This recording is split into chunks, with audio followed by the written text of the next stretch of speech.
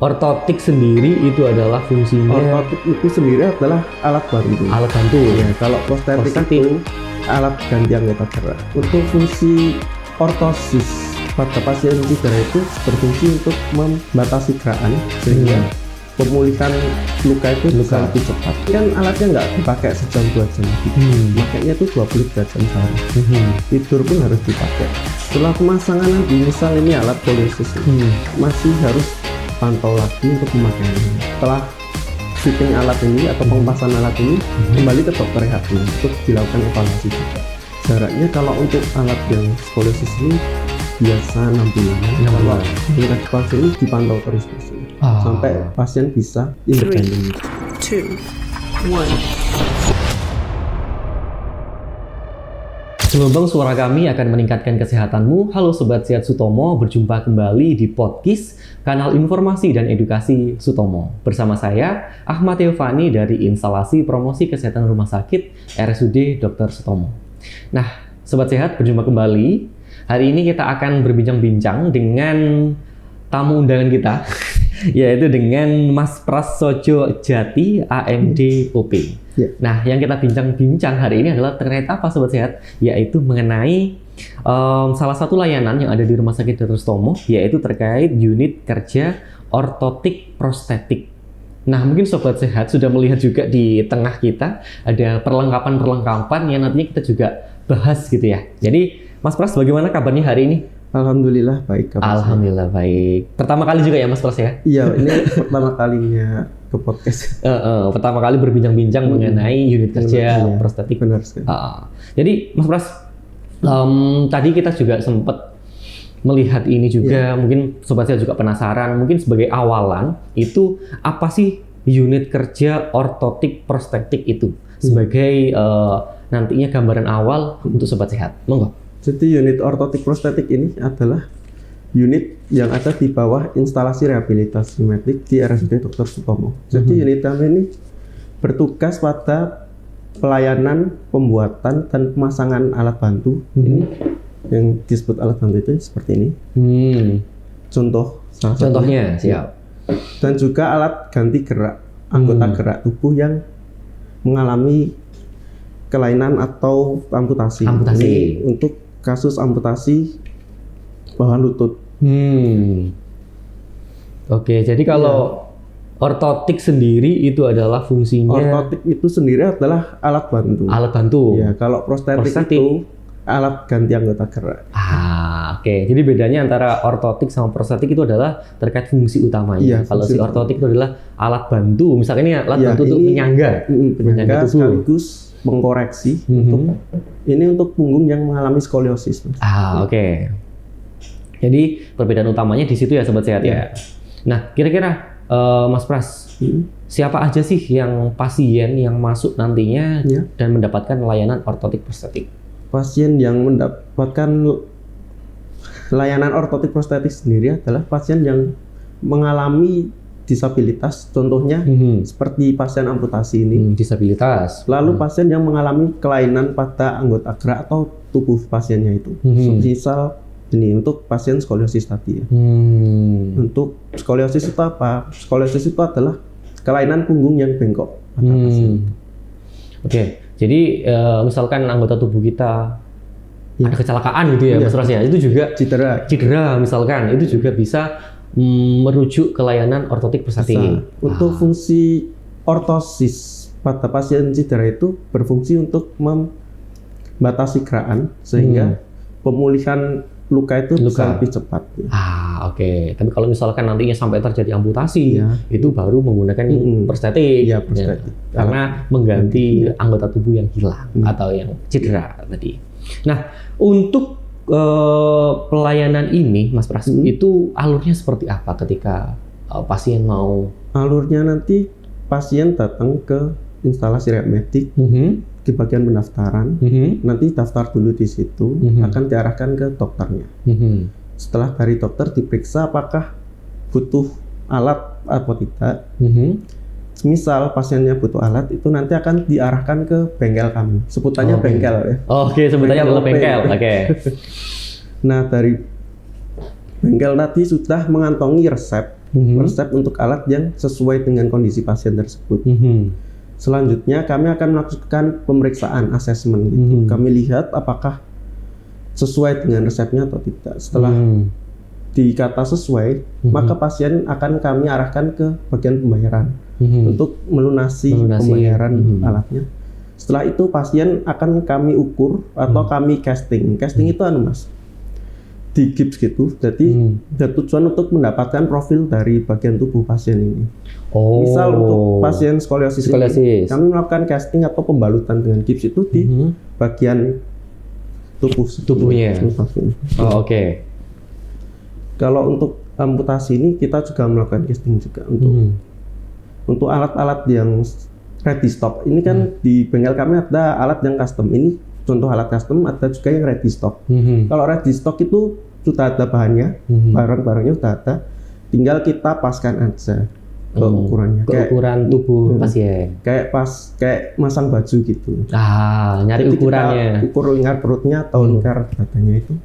Nanti kita sesuaikan ukurannya apa. Oke. Dari seluruh alur tadi Mas Pras, itu saya tertarik dengan asesmen. Karena kan bisa jadi ada omongan-omongan misalkan di masyarakat, pakai ini nggak nyaman gitu. Ataupun kok malah nggak enak. Itu apakah benar Mas Pras hal terseut?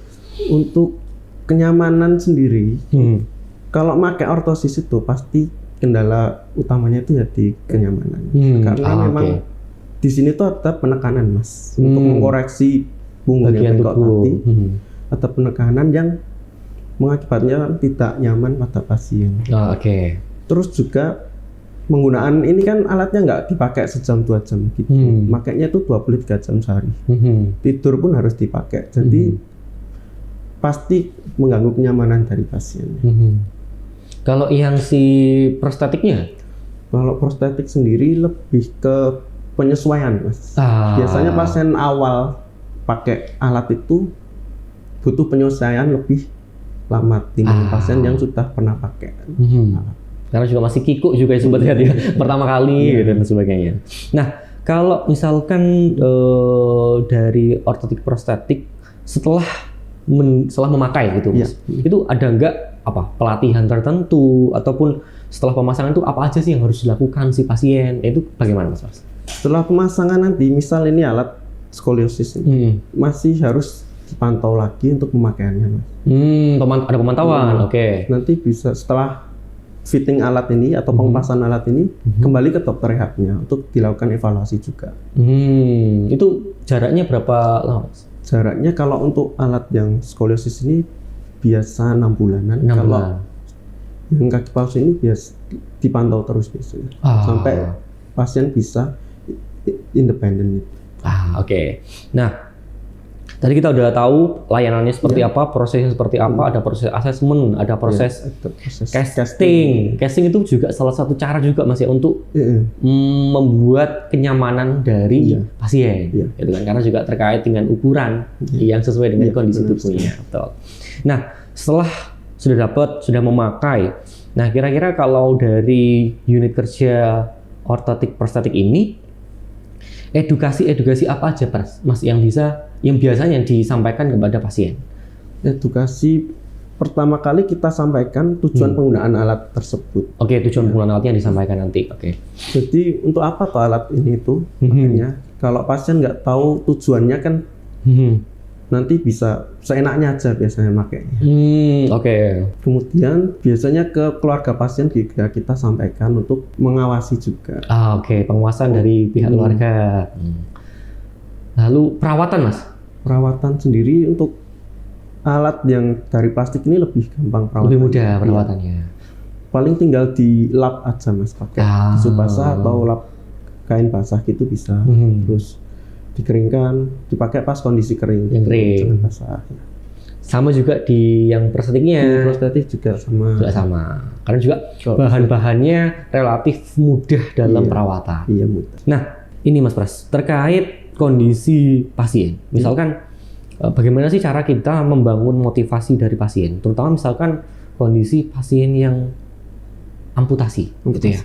Terus cedera tulang belakang misalkan. Pasti kan mereka tidak bisa langsung menerima kondisinya, gitu ya. Apalagi memakai hal-hal perlengkapan yang seperti ini itu kan pasti butuh proses.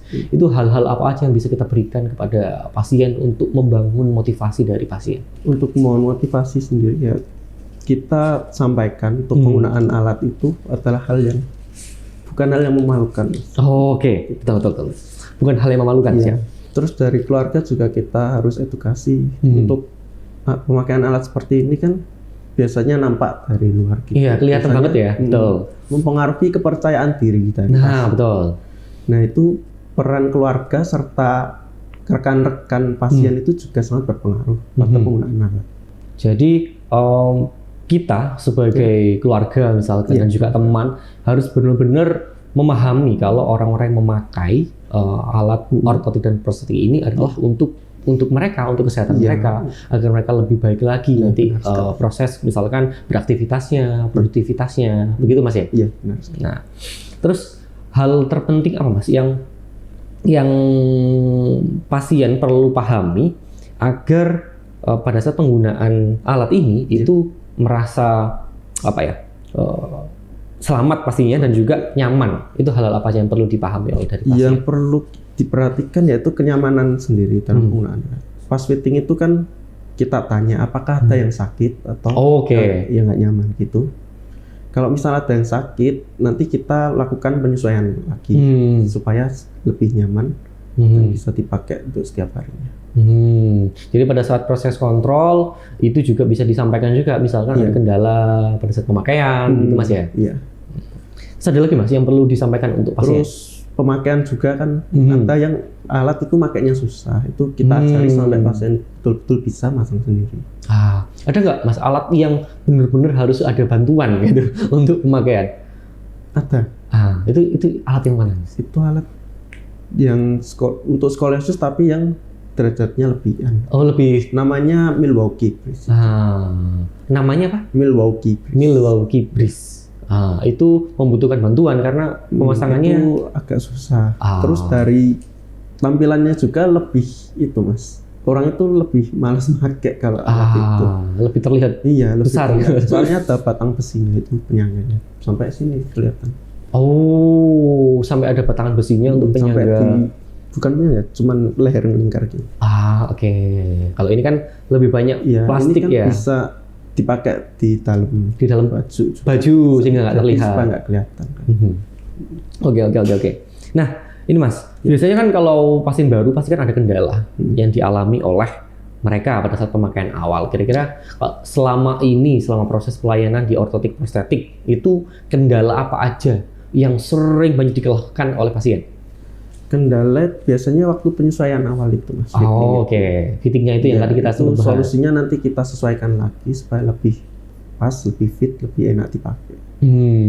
Berarti itu yang paling kendala utama ya, yang sering dikeluhkan. Terus pasien anak-anak itu biasanya. Kalau pasien anak pasti rewel kan anak-anak itu kalau pakai ini. Solusinya kita edukasi orang tuanya supaya disiplin dalam pemakaiannya. Pun juga nanti untuk anak pasti kan modelnya juga disesuaikan lagi Mas ya. Iya. Bentuknya, ukurannya. Kalau anak itu biasanya dikasih gambar motif itu. Ada motif-motifnya. Gambar kartunnya itu supaya lebih menarik. Mungkin kalau orang dewasa gitu ya, cukup polos gitu kan ada masalah. Tapi kalau anak-anak nanti penyesuaian juga ada di warna, warna terus nanti dilihatnya juga bisa lebih tertarik anak-anaknya. Oke. Nah ini menarik nih. Lalu ini Mas, kalau dari unit sendiri, strategi dalam mendisiplinkan pasien dalam menggunakan alat yang sudah dibuatkan, itu ya apa? Cara mendisiplinkan? Mendisiplinkan sendiri ya kita kasih tahu tujuan penggunaan alatnya sama akibat kalau nggak disiplin pakai alat itu. Dampak yang misalkan terjadi. Untuk pasien skoliosis ini kan disarankan untuk sudut 20-40 derajat. Jika nggak pakai alat ini, dikhawatirkan sudutnya itu bisa semakin parah. Jadi kita edukasi untuk itu supaya pasien itu lebih disiplin dalam pemakaian. Dikasih tahu fungsinya, kasih tahu dampaknya jika misalkan nggak dipakai, gitu. Misal pemakaiannya tidak disiplin. Kalau yang prostetik kan pasti akan mengganggu Mas ya aktivitas sehari-harinya kalau misalkan ada dipakai.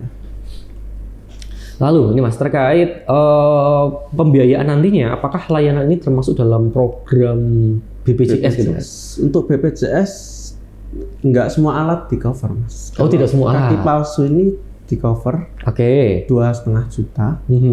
Kalau yang skoliosis ini belum di cover BPJS. Oke. Jadi itu ya informasi untuk sobat sehat. Jadi kalau yang kaki palsu itu ada bantuan juga Iya, dari ada BPJS. Tapi kalau yang alat bantu misalkan ini yang Iya. untuk skoliosis baru Yang itu yang skoliosis belum di cover. belum Tapi di-cover. untuk alat bantu yang lain ada coveran sebesar 350.000. nah itu sobat sehat. Nah, ini kan ada program dari Jepang Mas untuk kaki palsu ini. Jadi ada hibahan komponen dari Jepang itu. Komponen bekas tapi masih bagus, Masih layak. bisa dipakai. Nah, dari yang harga kaki palsu ini harga awalnya kan 10 juta Mas. Di cover BPJS 2,5, paling bayarnya cuman 7,5. Tapi 7,5. kalau ada program ini bayarnya jadi tinggal 2,5 juta aja. Untuk kaki palsu bawah lutut sama atas lutut. Sama atas lutut. Nah, dalam proses layanan itu Mas, kira-kira kalau sekarang itu yang sering dihadapi dalam layanan ortotik prostetik ini, baik dari sisi tenaga medis, teknologi maupun akses, itu tantangannya apa aja Mas? Tantangannya itu lebih ke teknologi itu Mas. Nah, teknologi tadi. kan perkembangannya ini pesat sekali. Betul. Ya kita sebagai teknisi mau tidak mau dituntut harus lebih update mata teknologi yang berkembang. Untuk belakangan ini kan baru mulai populer itu 3D printing itu. Oh, 3D print. Iya, Oke. Print 3D. Jadi prosesnya tuh nggak pakai casting lagi. Kalau casting itu kan pakai gips di blebet, itu kan mempengaruhi ke kenyamanan pasien juga. Apalagi pasien anak-anak itu pasti kan rewel. Betul. Kalau pakai 3D printing itu enak, tinggal di scan gitu Di scan. Jadi nanti hasilnya bisa langsung Ya, sesuai dengan mungkin butuh adjustment sedikit. Sedikit. Tinggal diedit di 3D editor kan, terus di print udah keluar hasilnya. Oke. Nah kalau sampai saat ini kalau di Rumah Sakit Dr. Sutomo pembuatannya di bengkel itu Mas ya? Iya, Jadi masih manual Mas ya? Masih casting, Masih casting. pakai gips gitu Mas. Oke. Mungkin kedepannya nanti bisa Mengarah ke 3D print. Oke. Nah ini Mas, dari sekian tahun sudah di layanan ini, ada nggak cerita-cerita yang menarik yang bisa Mas Pras sampaikan atau ceritakan deh terkait kondisi ataupun layanan ataupun apa yang telah terjadi atau pengalaman menarik yang dari pasien misalkan ketika penanganan yang menurut Mas Pras itu teringat sekali, ada nggak? Yang bikin saya teringat itu pasien bantuan itu Mas. Karena udah mewanti-wanti itu kan biar dapat bantuan kaki palsu itu. Nah alhamdulillah kita dapat hibahan dari Jepang itu.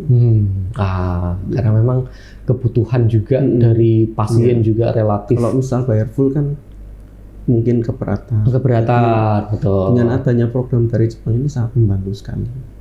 Oke. Jadi sobat sehat yang nantinya melakukan layanan di Rumah Sakit Dr. Sutomo nggak perlu khawatir lagi, karena juga kami di Rumah Sakit Dr. Sutomo juga pasti akan memberikan layanan terbaik dan juga terkait biaya kita usahakan yang terbaik juga untuk pasien. Benar sekali. Betul.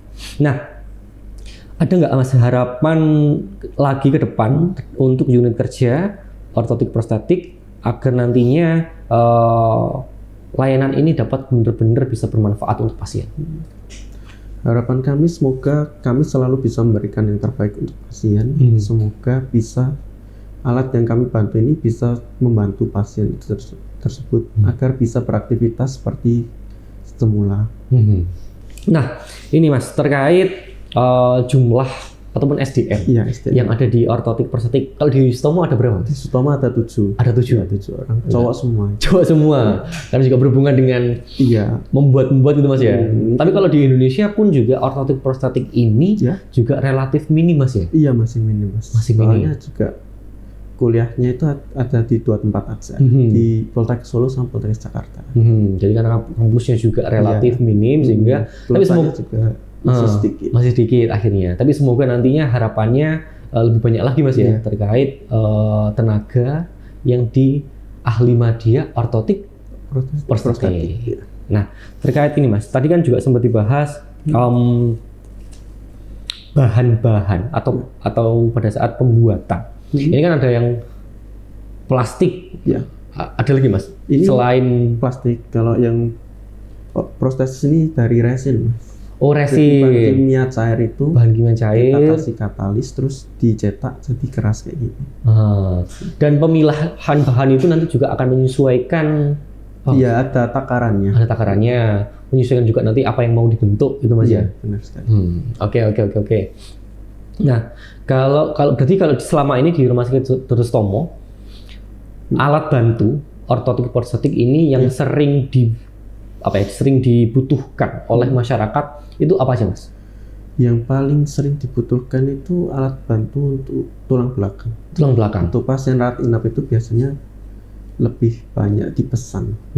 Berarti yang bentuknya yang Korset. korset. Korset tulang belakang. Oke. Ada penyangganya tapi.